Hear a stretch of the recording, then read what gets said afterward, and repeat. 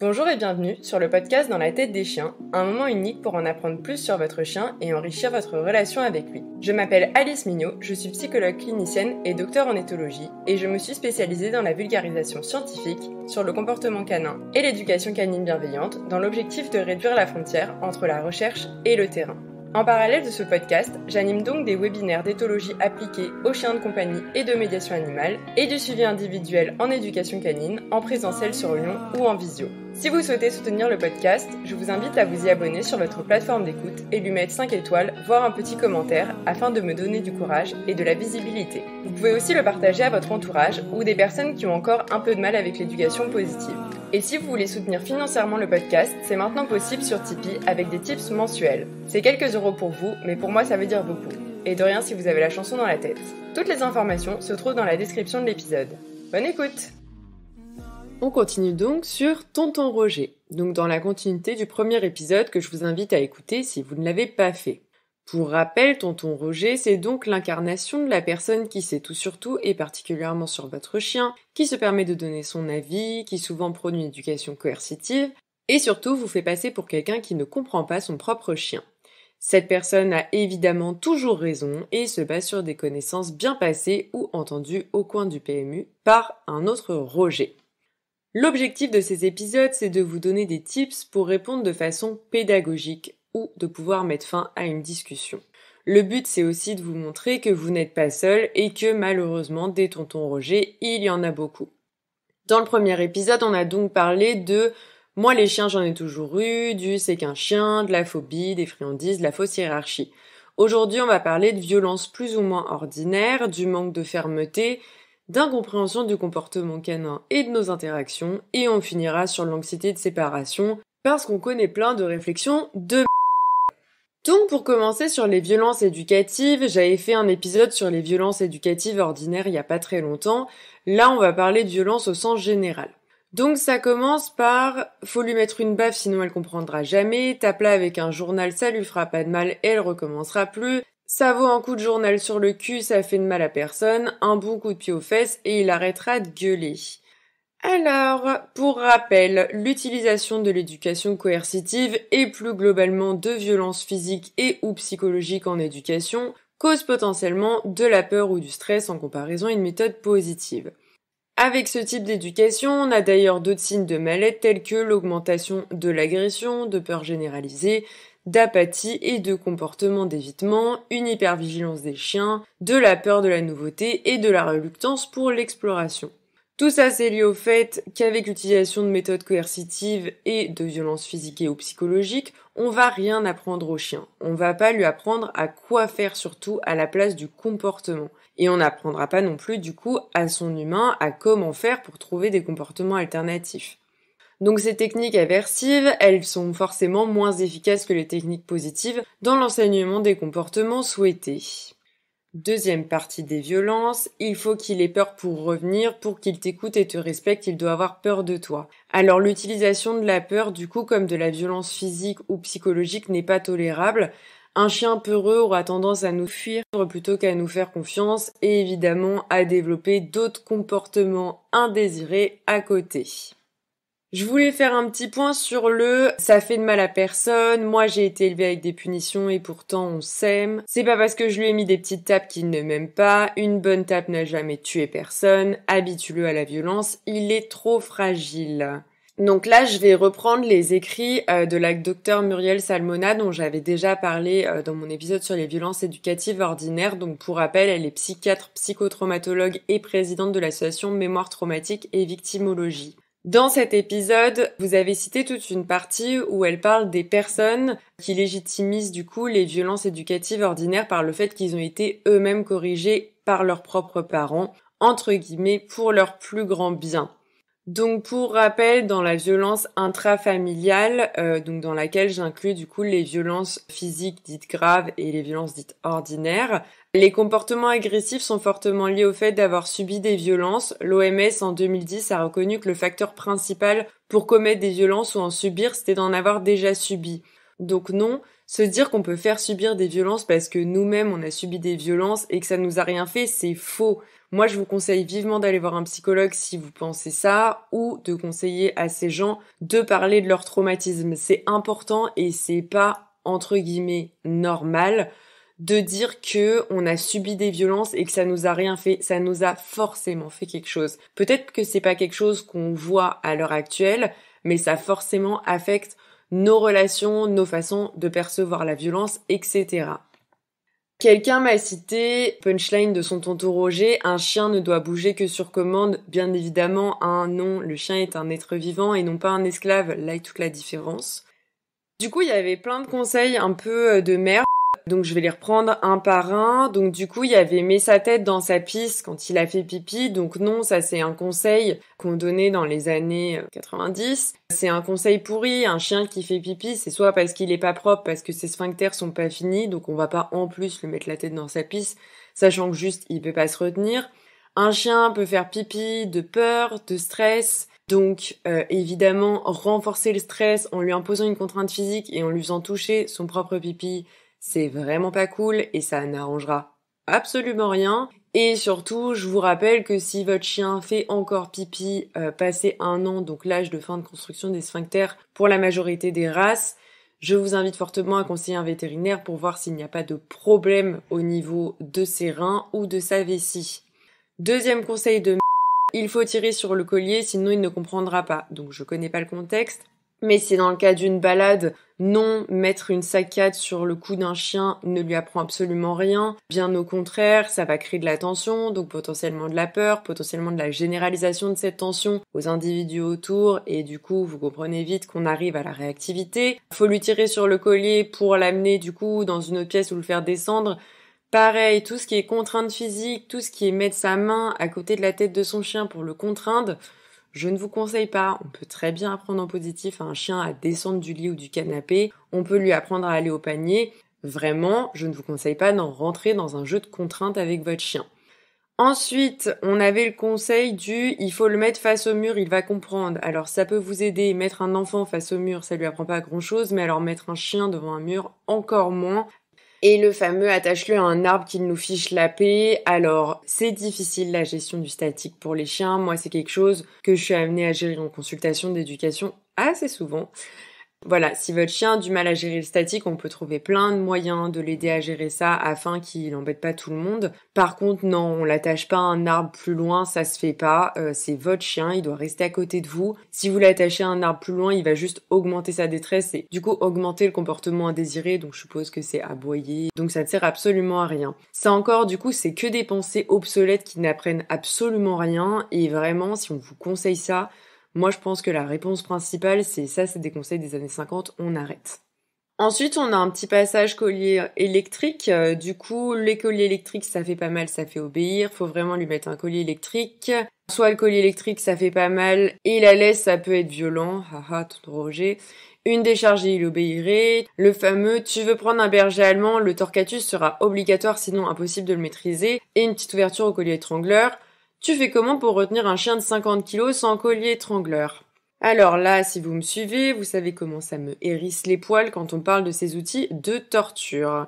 Donc au-delà des conséquences explicitées plus haut pour les méthodes coercitives, on a aussi, avec le collier électrique, la difficulté pour appliquer le bon coup de jus en fonction de l'individualité de chaque chien, mais aussi de l'humidité, la difficulté dans le timing. Il y a aussi des risques au niveau comportemental, avec un risque que le comportement qu'on vise à réduire devienne encore pire, ou que d'autres comportements indésirés s'ajoutent.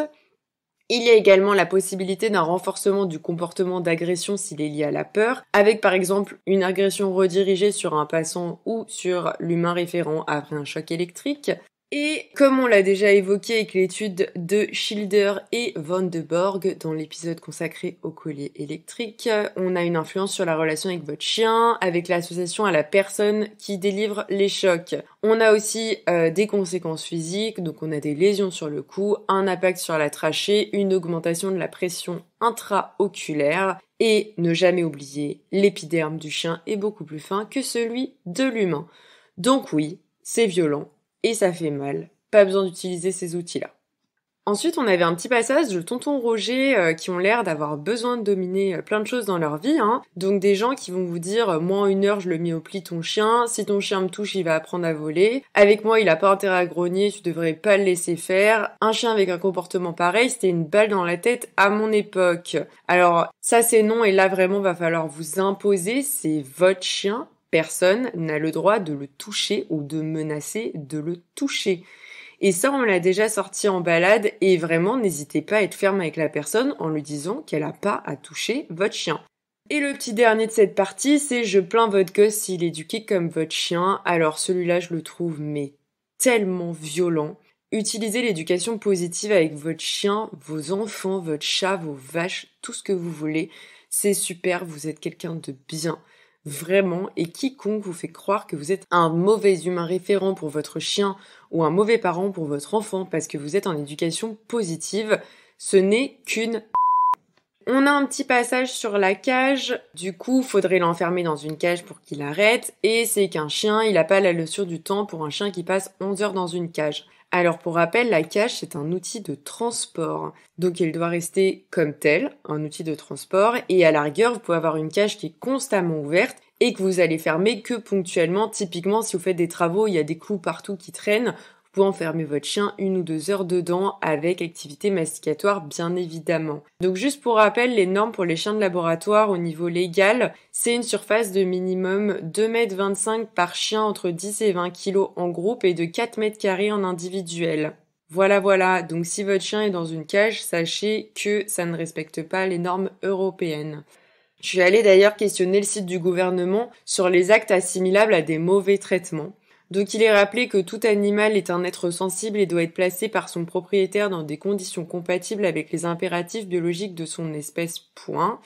Il est interdit d'infliger des mauvais traitements à un animal domestique ou à un animal sauvage apprivoisé ou tenu en captivité, point. Les actes suivants sont notamment interdits: priver un animal de nourriture et d'eau, laisser un animal sans soin en cas de maladie ou de blessure, et placer et maintenir un animal dans un habitat ou un environnement pouvant être une cause de souffrance, de blessure ou d'accident. Cela est notamment lorsque l'habitat est trop petit, n'offre pas des conditions climatiques supportables par l'animal ou comporte des matériels, installations ou agencements inadaptés à l'animal. Vous comprendrez donc que laisser son chien enfermé dans une cage rentre là-dedans. Il y avait aussi un petit passage sur le chien dehors, donc un chien ça reste dehors, à moins 5 degrés dehors sans abri, il était précisé. Donc là-dessus, j'ai trouvé un petit article, c'est l'article 20 de la loi du 6 janvier 99 relatif à l'élevage, à la garde et à la détention d'animaux, qui interdit d'exposer un animal de compagnie à des conditions incompatibles avec leurs nécessités physiologiques, et notamment dans un local sans aération ou sans lumière ou insuffisamment chauffé. Il oblige de mettre à sa disposition un espace suffisant et un abri contre les intempéries en toutes circonstances. Donc ça veut dire que laisser son chien dehors sans abri, ça va contre cette loi. Et j'ai trouvé un petit article du code wallon du bien-être des animaux qui dit que tout animal détenu en extérieur dispose d'un abri naturel ou artificiel pouvant le préserver des effets néfastes du vent, du soleil et de la pluie. Donc ça veut dire que si vous voulez laisser votre chien dehors, et c'est possible s'il a été habitué, etc., et qu'évidemment il fait pas trop froid ou trop chaud, il doit avoir un abri. C'est dans la loi. Il y a une petite phrase drôle qui disait d'un tonton Roger: si ton chien devait retourner dans la nature, il serait perdu à cause de toi. Oui. Donc tous les chiens en fait, les chiens sont domestiques depuis 15 000 à 30 000 avant Jésus-Christ, donc en fait tous les chiens qui retournent dans la nature normalement vont être perdus. Il y a la fameuse question du pourquoi tu le sors alors qu'on a un jardin, et la question du c'est quoi encore ça, remplir les besoins d'un chien. Alors du coup, le jardin ne permet pas de répondre aux besoins physiologiques, physiques et sociaux d'un chien. C'est bien pour le pipi du matin et du soir, mais pour le reste, il faut évidemment sortir son chien. Et si tonton Roger n'est pas encore au courant qu'un être vivant a des besoins qu'il faut combler, je l'invite grandement à se renseigner et à comprendre que tous les êtres vivants ont besoin qu'on réponde à leurs besoins, et même lui. Il y avait tout un petit passage du coup de punchline sur le manque de fermeté et le dénigrement de l'éducation positive. Donc je cite le tu n'es pas assez sévère, tu es trop gentil, tu n'es pas assez ferme. Il se moque de toi parce que tu es trop gentil, elle sait pas marcher en laisse car tu n'es pas assez ferme. Si tu la forces pas à obéir, tu vas pas pouvoir aller au bout. Comment tu fais pour apprendre à ton chien ce qui est mal si tu ne le corriges pas? C'est du laxisme, t'auras rien si tu l'engueules pas quand il fait une connerie. Pourquoi tu n'es pas plus ferme? Il est précisé quand le chien aboie ou grogne par peur et c'est à cause de toi si ton chien est peureux, tu le couves trop. Donc comme j'ai déjà dit dans le premier épisode, il n'y a absolument rien de mal à vouloir bien faire avec son chien, il n'y a rien de mal à ne pas vouloir utiliser la violence et à faire attention à ses besoins et émotions.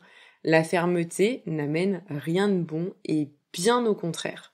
Du coup, à ça, j'ajoute les petites citations sympas. Éducation bienveillante, haha, c'est juste un chien, mais dans quel monde vit-on? Faut arrêter avec ce truc d'éducation positive. Tu es ridicule avec tes méthodes. Le positif, c'est bien, mais on n'est pas des bisounours. À ça, franchement, moi en vrai, quand le discours est fermé comme ça, je me tais en général. Mais vous pouvez expliquer le principe de l'éducation positive à tonton Roger. Vous pouvez lui expliquer que les principes de l'éducation positive, en fait, sont utiles pour les chiens, mais aussi pour les humains, et que lui a sûrement appris en éducation positive, ou peut-être pas d'ailleurs s'il tient ses propos, mais qu'en tout cas, c'est utile, c'est validé scientifiquement, et il n'y a rien de mal à vouloir être gentil.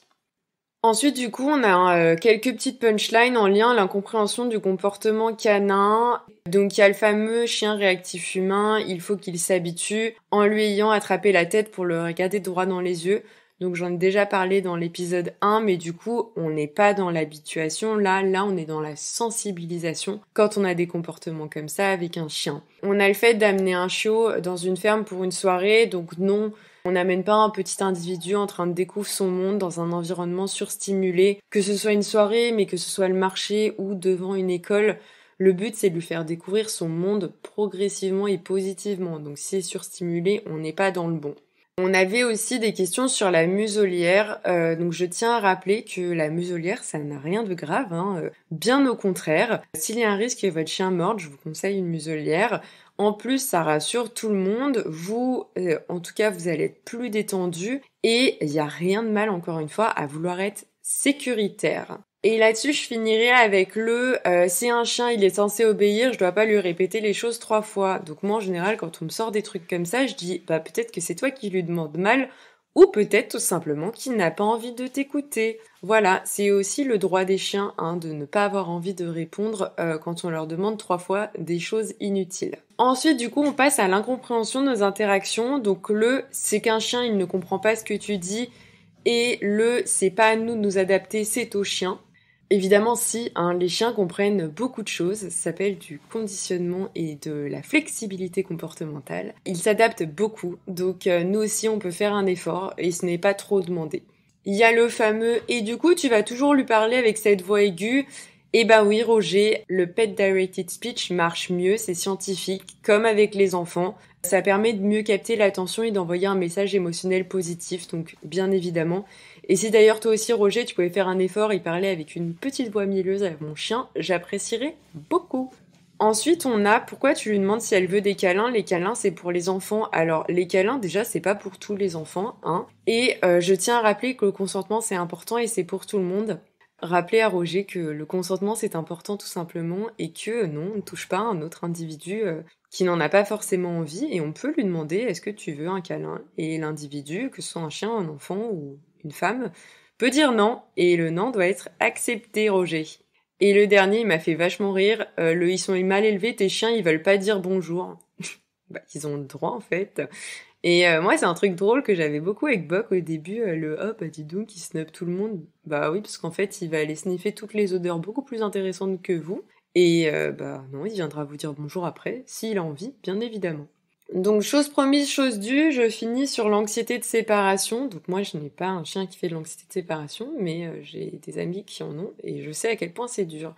Donc il y a la question du « Mais comment tu fais pour partir en vacances ? Oh là là, tu ne peux pas laisser ton chien tout seul une journée. » Eh ben non, ça peut paraître fou pour certains, mais voilà, il y a des individus qui sont beaucoup trop en détresse en fait si on les laisse seuls. L'anxiété de séparation, ça se travaille, et le début du travail, c'est justement de sécuriser l'individu en n'ayant plus d'absence.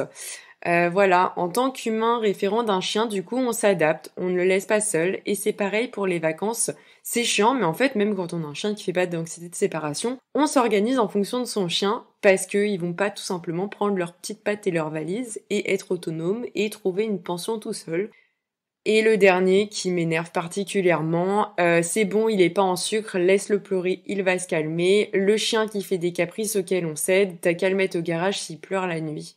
Donc non, laisser un individu en détresse, en fait, c'est lui montrer que peu importe ce qu'il fait, il reste en détresse. Voilà, on a beaucoup évolué sur le comportement des enfants et au niveau des neurosciences. Et en soi, en fait, c'est pareil pour tous les mammifères. Laisser un individu en détresse, c'est rendre un individu tout simplement insécure, laisser monter ses niveaux de cortisol et ça n'a vraiment clairement rien de bon. Si votre chien pleure quand vous n'êtes pas là ou fait de l'anxiété de séparation, n'hésitez pas à le garder avec vous et à le rassurer. Encore une fois, il n'y a rien de mal à être gentil et protecteur. Je conclue donc cet épisode ici. Comme vous l'aurez compris, je l'enregistre évidemment le 14 pour le 15 car je suis une période de la dernière minute et évidemment Michael vient faire cette conclusion avec nous.